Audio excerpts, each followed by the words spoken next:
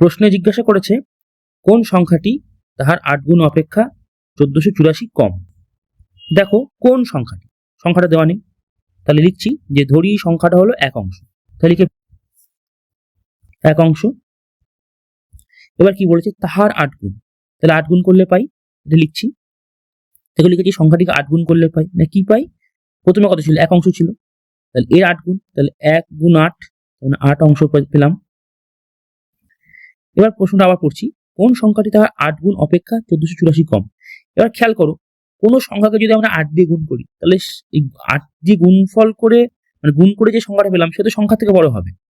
আশা করছি কথাটা বোঝা গেছে। তার মানে এটা হচ্ছে এরকম, ধরো সংখ্যাটা 2 ছিল, কথার কথা, তাহলে একে 8 দিয়ে গুণ করলে কি হয়, 8 দুগুণে 16 হয়, তাহলে 16 তো 2 এর থেকে বড়, সবসময় বড় হবে। যখনই আমরা কোনো কিছুকে 8 দিয়ে গুণ করবো সেই সংখ্যা থেকে বড় হয়ে যাবে। ফর এক্সাম্পল যদি আরেকটা এক্সাম্পল নিই, ধরো 3 যদি থাকতো প্রথম সংখ্যাটা, তাহলে 8 3 কত হয় 24 হয়। দেখো 24 তো বড় হয়ে গেছে, মানে 8 দিয়ে গুণ করার পর যে সংখ্যাটা পাই সেটা সবসময় সংখ্যার থেকে বড় হবে। এটা আশা করছি বোঝা গেছে। তার মানে কি, তাহলে 8 গুণ থেকে সংখ্যাটা কত কম, না 1484 কম। মানে এরকম একটা বিয়োগফলটা বার করতে বলেছে আর কি, সহজ কথায়। তাহলে দেখো আমরা কি করি, বড় সংখ্যা থেকে ছোট সংখ্যা বিয়োগ করি। তাহলে এই যে 8 অংশ ছিল, বড় সংখ্যাটা তো ছিল 8 অংশ, আর ছোট সংখ্যাটা কত ছিল 1 অংশ ছিল, তাহলে কত কম, এই বিয়োগফলটা কত, বিয়োগফলটা 7 অংশ। আশা করছি এটা বোঝা গেছে। তো এটাই বলেছে অপেক্ষা এত কম, অপেক্ষা মানে চেয়ে, মানে বড় চেয়ে ছোটটা কত কম। তাহলে এখানে আমাদের যা আমরা ধরেছিলাম প্রথমে 8 অংশ হয়েছিল 8 গুণ করে, আর প্রথমে ছিল 1 অংশ, 8 অংশ থেকে 1 অংশ বিয়োগ করলে কত থাকে 7 অংশ পড়ে থাকে।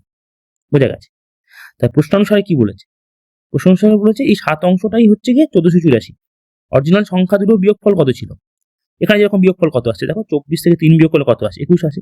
তাহলে আমাদের যে প্রশ্নের যে অঙ্ক ছিল সেইখানে 1484 হবে। তাহলে এই 7 অংশ মানে কি হবে, তাহলে প্রশ্নানুসারে তাহলে 7 অংশ সমান 1484। তাহলে 1 অংশ আমাদের বার করতে হবে। তাহলে 1484 কে আমরা কি করব না 7 দিয়ে ভাগ করব। তাহলে ভাগ করছি 7 দিয়ে, 7 2 14, 8 নামলো 7 1 7, 1 4, 7 2 14, তাহলে 212 হলো উত্তর। তাহলে এই যে তাহলে 1 অংশ সমান এটা সমান 212। তাহলে যে প্রশ্নে জিজ্ঞাসা করেছিল কোন সংখ্যাটা, তাহলে সংখ্যাটা কি না 212, এটাই উত্তর। আশা করছি বোঝা গেছে। তাও আরেকবার ক্লিয়ার করে দিচ্ছি, হয়তো বিয়োগটা এখানে হয়তো বুঝতে পারোনি। প্রথমে আমরা কি ধরলাম, 1 অংশ ধরেছি সংখ্যাটা নিয়ে, ঠিক আছে। তারপর আমরা কি বলেছি তাহার 8 গুণ, তাহলে আমরা 8 গুণ করছি, 1 অংশকে 8 দিয়ে গুণ করলে কি হয় না 8 অংশ হয়, এটা পরিষ্কার, একের সাথে 8 গুণ করলে।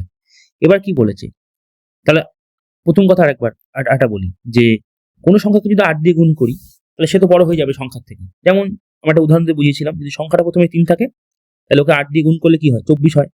বা এখানে যখন যদি সংখ্যাটা 2 হতো তাহলে 8 দিয়ে গুণ করলে 16 হতো। দেখো 8 দিয়ে গুণ করার পর যে সংখ্যাগুলো পেয়েছি সেগুলো প্রথম সংখ্যার থেকে বড় হয়ে গেছে, তাহলে এটা বোঝা গেছে সংখ্যাটা বড় হবে। তাহলে কি বলেছে তাহার 8 গুণ অপেক্ষা সংখ্যাটা এত কম। তাহলে 8 দিয়ে গুণ করার পর কি পেয়েছি 8 অংশ পেয়েছিলাম, প্রথমে সংখ্যাটা কি ছিল 1 অংশ।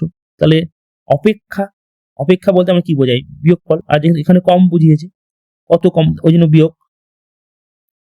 তাহলে 8 অংশ থেকে 1 অংশ বিয়োগ করলে কত থাকে 7 অংশ থাকে বিয়োগফলটা।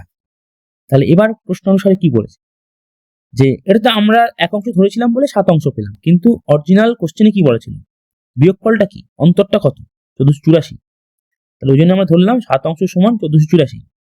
তাহলে আমাদের 1 অংশ বার করবো, তাহলে 7 অংশ মানে যদি 1484 হয় তাহলে 1 অংশ কত 1484 ভাজিত 7, 7 দিয়ে ভাগ করি, ভাগ করে 212 পেয়েছি, এটাই উত্তর। কারণ 1 অংশই ধরেছিলাম প্রথমে আমরা সংখ্যাটাকে, তাহলে ওই জন্য আমরা বললাম যে এটা 212 সংখ্যাটা। আশা করছি বোঝা গেছে। তাও যদি কোথাও অসুবিধা হয়ে থাকে আমাকে কমেন্ট করে জানিও, আমি উত্তর দিয়ে দেবো। ভিডিওটা দেখার জন্য ধন্যবাদ।